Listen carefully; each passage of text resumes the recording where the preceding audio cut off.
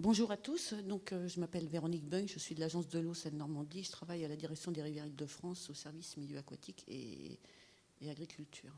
Je vais vous présenter un petit PowerPoint qui reparlera de ce qu'a déjà évoqué M. Tissier, M. Bernard. On parlera de SDAGE, on parlera de directive cadre européenne et puis du Grenelle et quelques exemples également sur ce qu'on peut faire en restauration des milieux aquatiques. Et on parlera également de financement. Donc un petit plan, situation actuelle, des objectifs et pourquoi je me retourne et les outils à disposition. Je vais toujours faire plus compliqué, mais des fois faire plus simple. Le 9e programme de l'Agence de l'eau, donc il se terminera en 2012. On est sur notre dernière année, on prépare actuellement le 10e programme. Voilà, donc en présentation, les rues, les ruisseaux, les rivières et fleuves, c'est un monde vivant et attirant et ça a besoin d'espace de liberté pour exister. Ça, il ne faut pas l'oublier. Je le mets toujours en préambule. Voilà. La cohabitation aussi est également une nécessité. On ne peut pas travailler et avoir un ruisseau. Et on a aussi des êtres humains qu'il faut loger et qui doivent avoir des activités. Nos cours d'eau en Île-de-France, plus particulièrement les grands axes comme il y a la Seine et puis l'Oise, sont effectivement des cours d'eau qui ont été très largement retravaillés par l'homme. Donc des rectifications de tracés, de la chenalisation pour le transport fluvial, des ouvrages également pour la lutte contre les inondations. Voilà, tous ces travaux ont énormément abîmé nos cours d'eau. Donc la reconquête des milieux aquatiques, c'est effectivement un défi pour 2015, un défi parce qu'on a aussi une réglementation européenne qui a été retranscrite dans la loi française et qui nous demande d'atteindre donc un bon état pour 2015. C'est demain. Voilà. Pourquoi devons-nous agir sur les milieux aquatiques ?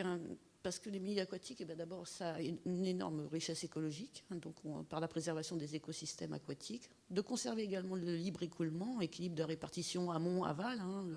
Un fleuve, il y a toujours une partie amont-aval, il faut penser à ce qu'il y a pour les collectivités, ceux qui suivent derrière.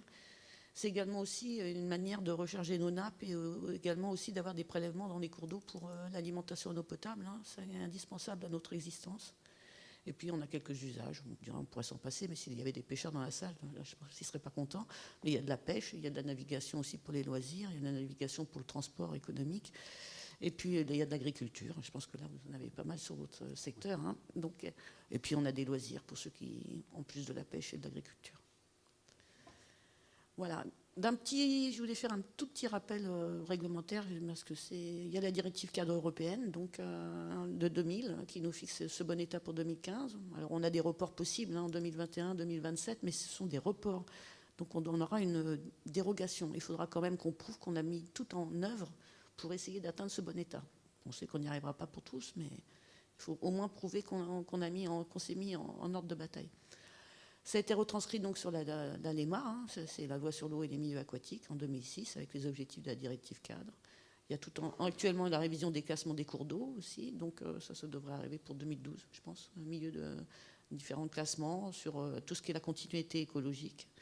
Et puis il y a le SDAGE, le schéma directeur d'aménagement de gestion des eaux, qui a été adopté donc fin 2009, comme on l'a évoqué tout à l'heure, et qui est un outil de planification et d'orientation obligatoire, qui est opposable, et tous les documents d'urbanisme doivent s'y conforter. Voilà. Qu'est-ce qu'on entend dans la directive cadre européenne ? C'est effectivement l'atteinte du bon état pour tout ce qui est eau superficielle des cours d'eau, que ce soit un bon état, donc on va parler d'état chimique et d'état biologique, pour donner ce bon état écologique. Il y a les eaux souterraines, donc également aussi, on a quelques difficultés. Moi, je ne sais pas si vous avez un monde agricole, mais il y a quelques nitrates et il y a quelques petites molécules qu'on souhaite effectivement traiter, de manière à retrouver une qualité de nos nappes. Ce que vous mettez en place également dans toute la préservation des champs captants travaillera dans ce sens. Des zones protégées par rapport donc à la baignade, des réductions des traitements pour l'AEP, c'est également un coût de savoir que quand on a des molécules à traiter pour pouvoir faire de la distribution en eau potable, ça a un coût, donc tant qu'à faire, autant la préserver dès le départ. Et puis on a quelques vilaines petites substances prioritaires et dangereuses qu'on retrouve dans nos cours d'eau. Voilà. Je vous donne quelques grandes orientations. Il y en a 40 et il y a 174 dispositions. Donc les pollutions ponctuelles, les pollutions diffuses, les pollutions par substances dangereuses, les pollutions microbiologiques, la protection des captages, la protection des milieux aquatiques, la gestion de la rareté de la ressource, des inondations. Voilà. Deux leviers, la connaissance, la gouvernance et le financement. Je rappelle, mais ça a été déjà dit dans les PowerPoint précédents, parce que M. Tissier, donc c'était bien réorienté avec le SDAGE pour les travaux. Donc là, vous retrouvez toutes les orientations qu'on peut retrouver dans le SDAGE par rapport au milieu aquatique. Vous avez un exemple également d'une fiche qu'on retrouve dans notre programme de mesure. Le programme de mesure, on l'appelle programme de mesure, c'est en fin de compte un programme d'action. C'est des grandes lignes d'action qui déclinent le schéma directeur d'aménagement et de gestion des eaux. Donc là, vous avez une fiche par unité hydrographique, et puis sur la partie de droite, vous avez tout classé par grand ordre de thématiques des grandes actions à mener. Les enjeux, voilà, et des mesures clés pour les atteindre. Vous retrouvez là une carte du bassin Seine-Normandie avec les objectifs d'atteinte du bon état écologique par masse d'eau. Donc nous, on est sur une masse d'eau fortement modifiée avec un beau potentiel. Donc on aura quand même un petit report de délai. Merci. Voilà. 67% en bon état en 2015 pour 1780 masses d'eau. Ça demande beaucoup de travail et beaucoup d'efforts, que ce soit financier ou que ce soit des acteurs locaux, collectivités, parce qu'avec si on n'a pas de maître d'ouvrage, on ne peut pas apporter nos financements.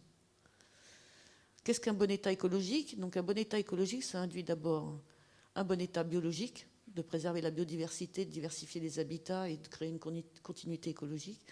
Mais ce bon état biologique, il dépend surtout d'un bon état physique, c'est-à-dire qu'il faut que nos cours d'eau soient équilibrés par rapport au transport solide et par rapport au transport liquide, qu'on trouve une diversité de faciès d'écoulement, une diversité de berges et des annexes, et une libre dynamique du fluvial. Donc c'est un bon état, on va dire que c'est une belle mosaïque de différents éléments qu'on retrouve dans la nature. On parlera de biodiversité au niveau de différents éléments.